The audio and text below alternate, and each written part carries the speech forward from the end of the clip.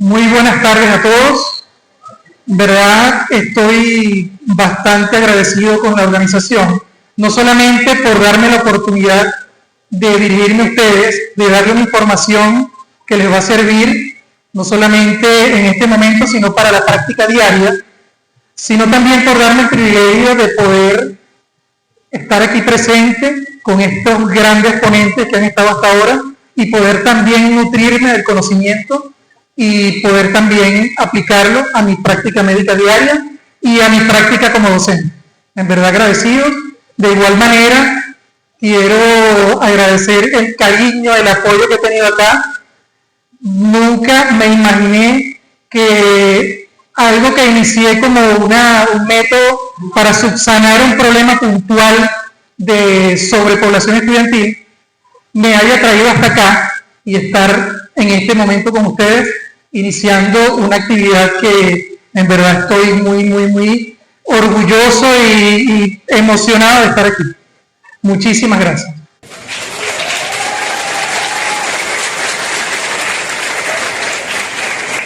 Ahora, todo esto tiene mucho que ver con el tema que les voy a hablar hoy, porque el tema que les voy a hablar hoy tiene que ver con el cambio de paradigma, con el utilizar nuevos métodos y aceptar nuevos métodos para poder de alguna manera estar en los nuevos tiempos. El tema, Parto 2.0, adiós al partograma, bienvenido, lo que es la guía de atención del parto de la Organización Mundial de la Salud. Y por supuesto, esto es un tema que ha traído cierta polémica porque muchos de nosotros todavía no tenemos claro cuál es esa guía. Y es lo que yo les voy a presentar hoy. Por supuesto, honor a quien honor merece. Tenemos al doctor Emanuel Friedman. Todos aquí de alguna manera tenemos algo en nuestra formación que tiene que ver con el doctor Friedman. La curva de atención del parto, lo que es el periodo prodrómico latente, fase activa, esos son parámetros que tenemos arraigados como médicos que atendemos parto, ¿ok? Que vemos la evolución del parto. Entonces, el doctor Friedman en la Universidad de Columbia, un trabajo que realmente fue con pocos pacientes, 100 pacientes, todas primigestas, él logró hacer la descripción de cada una de las fases del periodo de dilatación. Y de este trabajo del doctor Friedman, el doctor Philpott y Castle fueron los que realizaron el primer partograma en 1972. ¿Ok? Vean la fecha. Y de ese partograma del doctor Philpott y Castle fue que la Organización Mundial de la Salud hizo su gran estudio a nivel en África, en Nairobi, con más de 35.000 pacientes, donde llegó a la conclusión de que el partograma era un instrumento ideal para la monitorización del parto. ¿Qué pasa? Que, por supuesto, tenía un impacto en la reducción de la mortalidad materna, uso de oxitocina, la reducción del mismo, reducción de la tasa de cesárea, reducción de la sepsis materna y, por supuesto, un instrumento ideal para entornos, sobre todo, donde hay limitación de cada uno de lo que necesitamos para poder monitorizar de manera óptima un trabajo de parto. Por supuesto que la OMS lo establece como el principal instrumento para monitorizar el parto y de ahí en adelante se comienza a utilizar de manera masiva. Y existen muchas asociaciones, entre ellas el Centro Latinoamericano de Perinatología hizo su propio partograma, inclusive en mi Hospital Universitario Ruiz y Páez, también se hizo un partograma propio, el doctor Horta Vázquez, inclusive lo presentó en Montevideo, en lo que es el Centro Latinoamericano de Perinatología.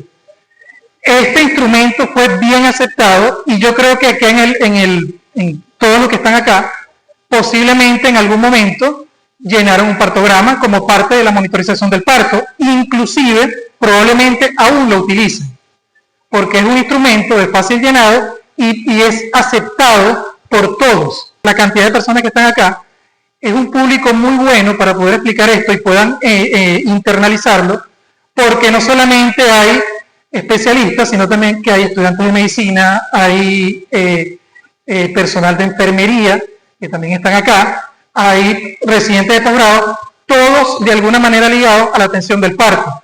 Pero también hay jefes de servicio, también hay probablemente alguna persona que tenga que ver con la parte administrativa, porque el instrumento del que les voy a hablar hoy tiene que ser aceptado y tiene que ser puesto en práctica desde la parte superior, es decir, tiene que tener una aprobación. Esto tiene que ser aprobado por cada uno de los centros de salud. Entonces, en función a todo esto, le damos las gracias al partograma y le damos la entrada a un nuevo instrumento para la monitorización del parto, que es la guía de atención del parto, que muchos de nosotros todavía no entendemos bien cuál es esa guía. Esto nos trae hasta acá el hecho de que la Organización Mundial de la Salud, en el año 2018, en esas famosísimas recomendaciones para una experiencia positiva del parto, 56 recomendaciones que eran totalmente opuestas a muchos de los conceptos del Dr. Friedman. La dilatación cervical, su velocidad de 1 centímetro por hora, nada que ver. La fase activa inicia a los 5 centímetros y no a los 3 centímetros como lo afirmaba el Dr. Friedman. La duración de cada una de las fases, incluyendo el periodo expulsivo, totalmente distinto. Hasta 72 horas la fase latente, cuando Friedman nos decía que era 21 horas máximo en una primigesta. Entonces muchos cambios produjeron en ese periodo de tiempo un choque entre el llenado del partograma y los conceptos que estaban iniciando en ese momento. Y ahí comenzó un tratar de hacer o llenar un instrumento en el cual no podíamos llenarlo, porque si yo tenía que hacer tacto cada 2 horas para poder llenar un partograma, y en este momento, a partir de 2018, la prohibición de hacerlo así y que tiene que ser tacto cada 4 horas, eso limitaba de manera significativa el llenado del partograma. Y se buscaron alternativas, y en el año 2020 la Organización Mundial de la Salud saca, publicado en 2021, lo que es la guía de cuidados en el parto de esta organización. ¿Ok? Esta guía, por supuesto que, vean el año 2020-2021, estamos en 2025. ¿Por qué viene este resurgir de esta guía? Porque en abril de 2025 la Federación Internacional de Ginecología y Obstetricia sacó un artículo donde hacía una comparación entre el partograma y la guía de atención del parto. Y la conclusión final, vamos a decirlo así, es que ellos recomendaron no seguir utilizando el partograma y utilizar la guía de atención del parto de la OMS, posterior al análisis de estos dos instrumentos.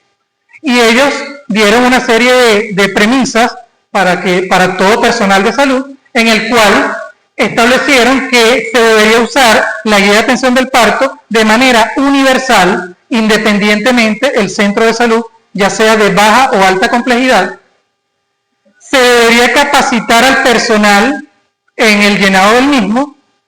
Las políticas de salud, y esto es muy importante, deben garantizar el llenado de este instrumento en función a las características del centro de salud y de los insumos que pueda tener y de la capacidad de la infraestructura.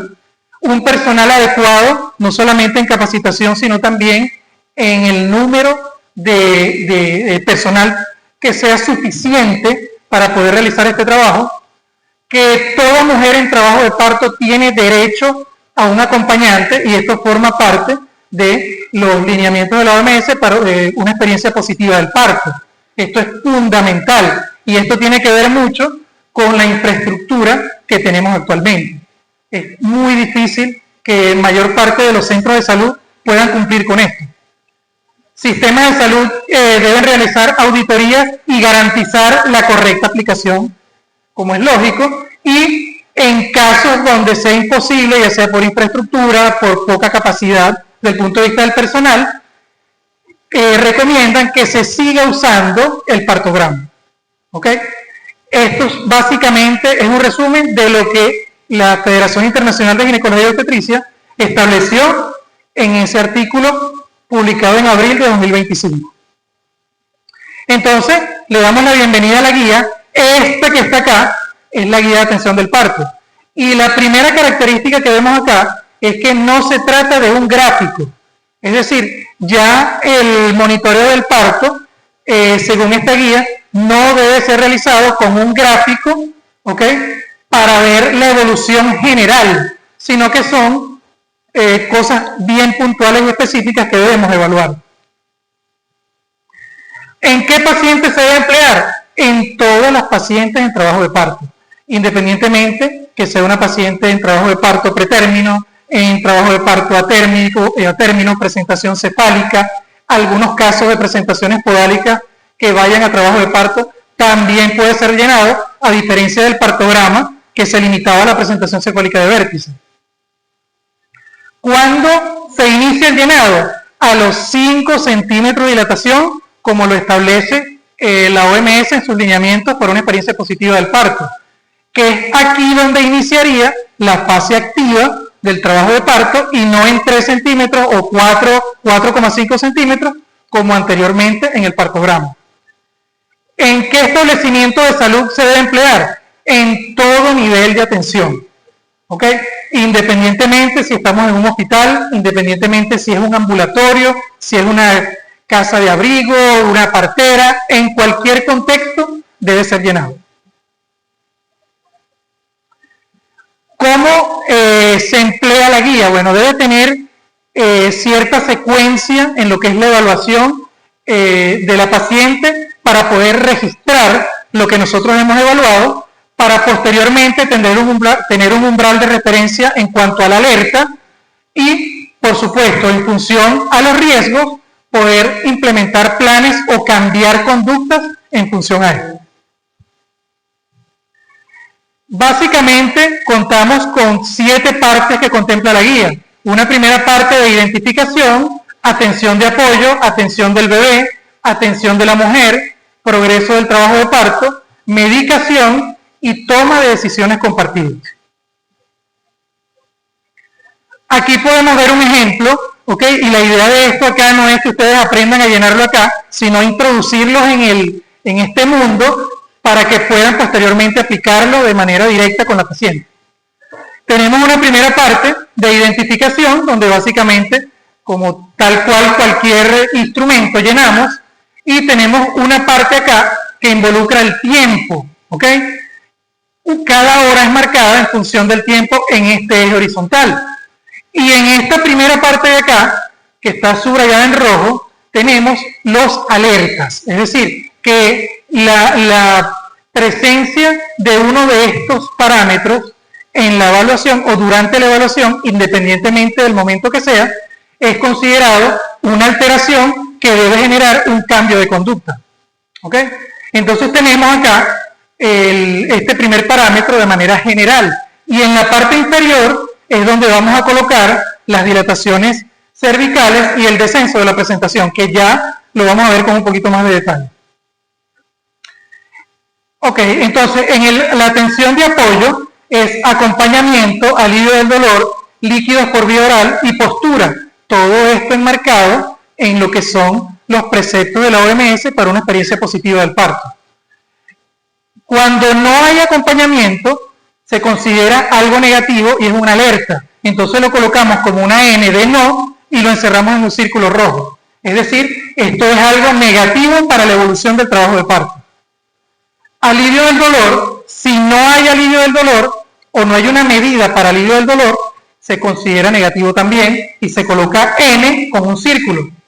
Líquidos por vía oral, si no, y vean que el cambio de paradigma, si la paciente no tiene o no consume líquidos por vía oral, eso se considera algo negativo.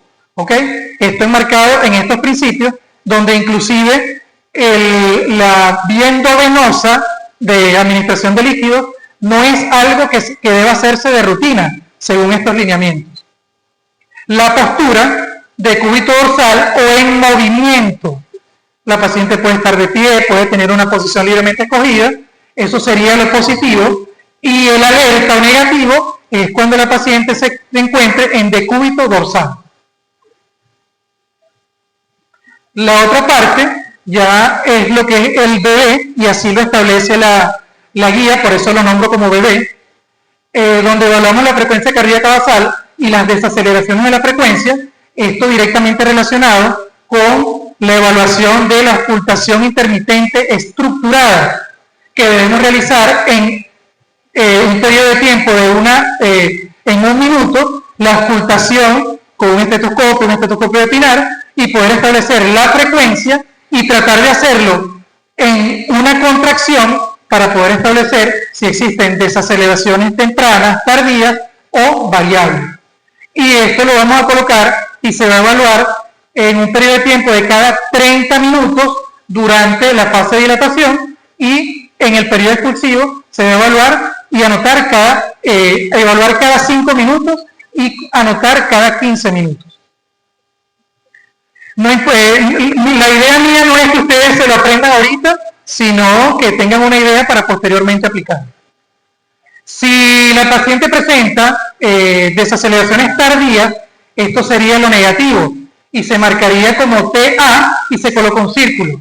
Si la paciente tiene menos de 110 latidos por minuto o más de 160, por supuesto también sería negativo, taquicardia o bradicardia, y eso también es negativo y se encierra en un círculo. Con respecto al líquido amniótico, si la paciente tiene membranas ovulares rotas y el líquido amniótico es claro, entonces colocamos una C de claro, pero si el líquido amniótico es meconial, colocamos una M, ya sea 1, 2 o 3 cruces en función a lo espeso que sea el líquido, y por supuesto si es sanguinolento se coloca SA, que eso también sería algo negativo y forma parte de la alerta. La posición fetal, si la paciente si la posición es posterior o transversa, en ese caso sería negativo y se coloca en un círculo, y si la posición fetal es anterior, sería lo normal y se marca con una A, como lo tenemos acá. Presencia de caput, modelaje o modelamiento de la cabeza fetal, todo eso forma parte de la evaluación del bebé. Con respecto a la mujer, evaluamos el pulso, presión arterial sistólica, diastólica, temperatura y orina, y eso lo vamos a marcar acá, donde la alerta principalmente es un pulso menor a 60 o mayor o igual a 120, por supuesto. En la mujer, taquicardia o bradicardia. La presión arterial sistólica y diastólica con todos los valores que ustedes muy bien conocen, que se mantienen acá en esta guía, y por supuesto todo lo que esté por encima o por debajo de la norma sería algo negativo y se encierra en un círculo rojo. La temperatura corporal menor de 35 o mayor de 37,5 tomada de manera axilar también es importante, y dependiendo sus valores entonces colocar, si no es normal, encerrarlo en un círculo. Examen de orina, si hay proteinuria, si hay cuerpos cetónicos, también tiene su parte para la colocación. Con respecto a la dilatación cervical, acá es muy importante, ya como les mencioné, no hay una gráfica como tal, sino que se evalúa cada 4 horas de manera rutinaria, y si hay una justificación en función al diagnóstico que se puede hacer, se puede recortar el tiempo, pero de manera rutinaria debe ser cada 4 horas. Y comenzamos con los 5 centímetros, donde la paciente inicia la dilatación, y vean aquí este dato muy importante, que la paciente puede permanecer con esa dilatación hasta 6 horas. Es decir, que si es menos de 6 horas, eso sería normal. En el caso de los 6 centímetros, podría permanecer hasta 5 horas con 6 centímetros, todo totalmente distinto al partograma del Dr. Friedman. Si la paciente tiene 7 centímetros, puede pasar hasta 3 horas. Si tiene 8 centímetros, hasta 2,5 horas. Si es hasta 9 centímetros, 2 horas. Y ya entramos acá en lo que es el periodo expulsivo. Por supuesto que en el periodo expulsivo también anotamos las características de la posición, la característica materna del latido cardíaco materno, ¿ok? Y la frecuencia de la contracción, que también la vamos a anotar, que se evalúa cada 30 minutos la frecuencia, y se coloca con los mismos parámetros de 3 a 5 contracciones, todo lo que esté por debajo de 3 sería negativo y todo lo que esté por encima de 5 también. El descenso lo vamos a marcar con un círculo, ¿ok? Y esto que está aquí, que es un poquito difícil en función al descenso, la OMS establece que debe hacerse por palpación y sería 0 cuando ya no se palpa parietal, y en la medida que se vaya palpando parietal en el borde superior de la epífisis del pubis, vamos a ir marcando del 1 al 5, es decir, dividiendo la cabeza o el parietal en 5 partes. Pero acá se pudiese emplear los términos clásicos de descenso de la presentación, ya sea los planos de Hodge o las estaciones de Delis, dependiendo de lo que se utilice en su centro de salud. Por supuesto que la parte de medicamentos y de fluidoterapia, vean que en ambos casos la norma es colocar que no se debe emplear, la evolución debe ser de manera espontánea en función a la guía de atención del parto, pero si se presenta, entonces cuando tenga que colocarse, se coloca por supuesto si se usa oxitocina, la dosis, se coloca en esta parte, igual que la administración de fluidos. Y con respecto a la evaluación, aquí es donde vamos a notar los cambios que podamos hacer en función a la alerta que pueda aparecer en cada una de las evaluaciones. Entonces poder anotar acá si la paciente requiere de algún manejo del dolor o no, si la paciente amerita alguna otra conducta o no, se anota acá.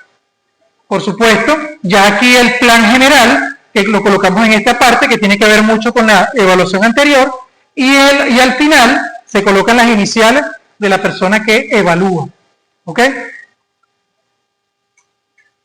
Entonces, básicamente, insisto, lo que quiero es que ustedes se introduzcan un poquito en este mundo de la guía de atención del parto y que de alguna manera podamos tener este método como parte del arsenal para la monitorización del parto, y todo lo que sea positivo para reducir la morimortalidad materna debe ser aplicado, debe ser aprobado, por lo que les dejo acá en este código QR todo el material, incluyendo la guía de atención del parto de la OMS, para que lo puedan tener y lo puedan aplicar en cada uno de sus hospitales.